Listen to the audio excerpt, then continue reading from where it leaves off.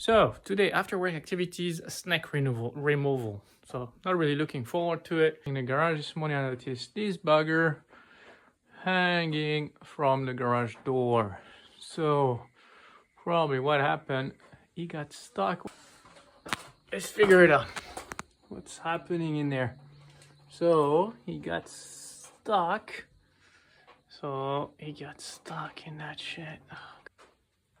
Oh, motherfucker. Ooh, he smells bad too. Oh, his head is going through.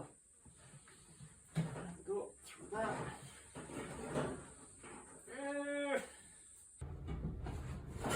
Oh, I think I got it.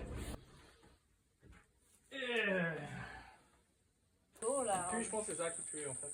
Ah non, non, mais c'est un vrai serpent. ça va pas ou quoi?